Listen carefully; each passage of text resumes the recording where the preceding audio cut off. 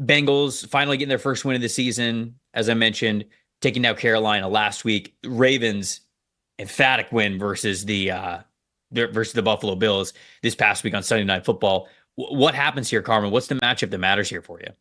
I think it has to be the Cincinnati run defense against Derrick Henry and Lamar Jackson Yeah, because they're giving up an average of 145.5 rushing yards per game.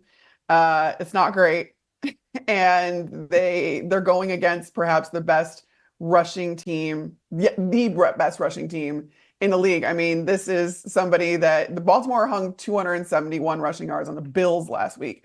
The Bills have a very good defense. That's just kind of incredible. You have Derrick Henry looking like the Derrick Henry of 3 years ago. You also have a Ravens offensive line that I think got off to kind of a rocky start, but they are run blocking their tails off right now. It's not just that Derrick Henry is a bowling ball and Lamar Jackson is a cheat code in so many ways.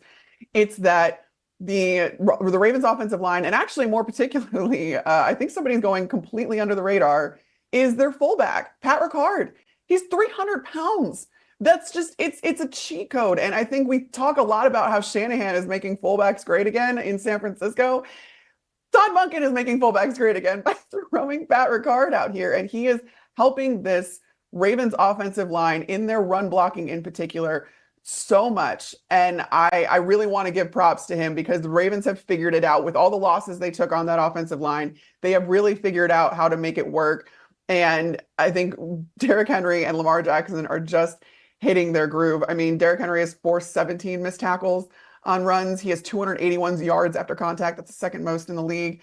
And then among quarterbacks, I mean, Lamar Jackson is the best running quarterback in the league, ranks first or second in most major rushing metrics among right. quarterbacks. It's such an incredibly hard thing as a defense to try and account for a quarterback who can also act as a running back, and then one of the best running backs in the league in tandem with that, and then deal with a 300-pound fullback because who knows how to deal with.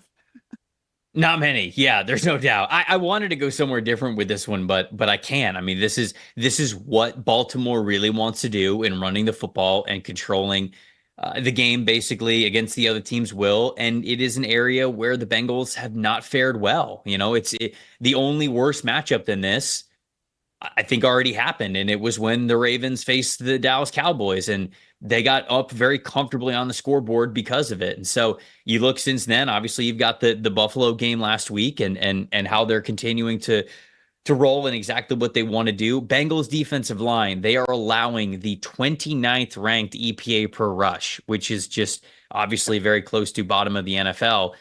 When you look at the Ravens offensive line, 68.6 run blocking grade last week, but a 71.6 run blocking grade overall. They had an even better pass blocking grade last week too. So it just feels like the Ravens offense is rolling in the way they want it to.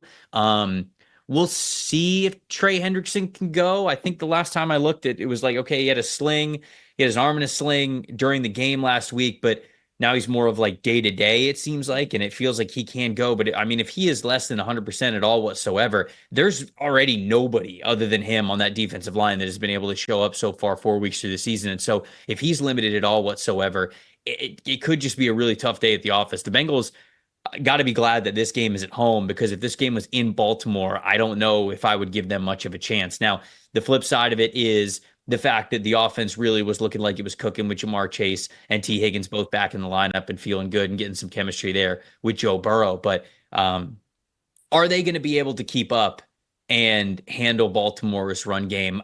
To me, I have to agree with you. That's the matchup that matters. But what's a plus factor here outside of that matchup for you? Yeah, like I said, like you just said, we saw the Bengals offense kind of get going now that T. Higgins is back in the lineup. That's, just presenting a lot of different problems in the pass game for defenses going against the Bengals. But I mean, I think when you're talking about going against, a contender, going against a division opponent, going against the Baltimore Ravens in particular, you want to have to give them as many problems as possible. And to do that, you're going to have to get this run game going a little bit more.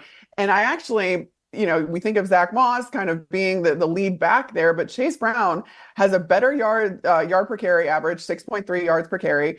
He's got 4.5 yards after contact average, which is the seventh best in the league right now. So I think, he only has, I think, 9 less rushing yards than Zach Moss does.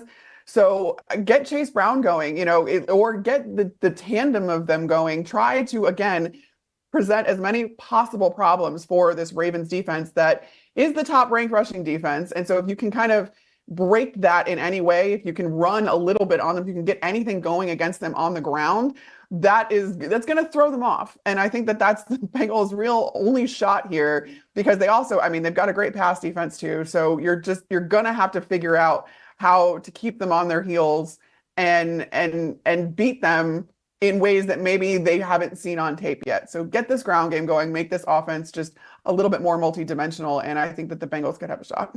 I love the Chase Brown shout out because I do feel like that he has been playing better. And, when I was talking with fantasy football people and doing early fantasy football mock drafts, Chase Brown was a very popular name because we felt like at the end of the season, he was going to be the guy when we all look back on him. We saw like, wow, okay, the explosiveness, the yards per carry averages, the EPA per rush. Like we figured it could side with Chase Brown, who is a very explosive back and gives them that sort of true plus factor that you're pointing out. I should have just went straight into mine, honestly, because the Bengals pass game is the plus factor for me. I've talked about how I think the script is going to play out where the Ravens are going to play the brand of ball that they want to play. I don't know if the Bengals are really going to be able to stop them too much in that regard. But on the flip side of things, with how good it looked for the Bengals pass offense last week, which was fourth highest EPA per pass in the NFL, can they operate their offense in the manner in which they want to the most? And if you say that, well, passing the football is more explosive and has a higher EPA just overall than rushing the football does. So if both of these offenses are clicking the way that they want to, that is actually how you counter what the Ravens want to do, running the football sort of against the Bengals' will, is you get on the field with your offense and you still are able to match them and go score for score. And, for the Bengals' sake, hopefully even better. So to me, if the Bengals can continue to be in a groove with their passing game, they will force the Ravens out of maybe being able to run the football as much as they want to. And I think that could make for a very, very good game in this one.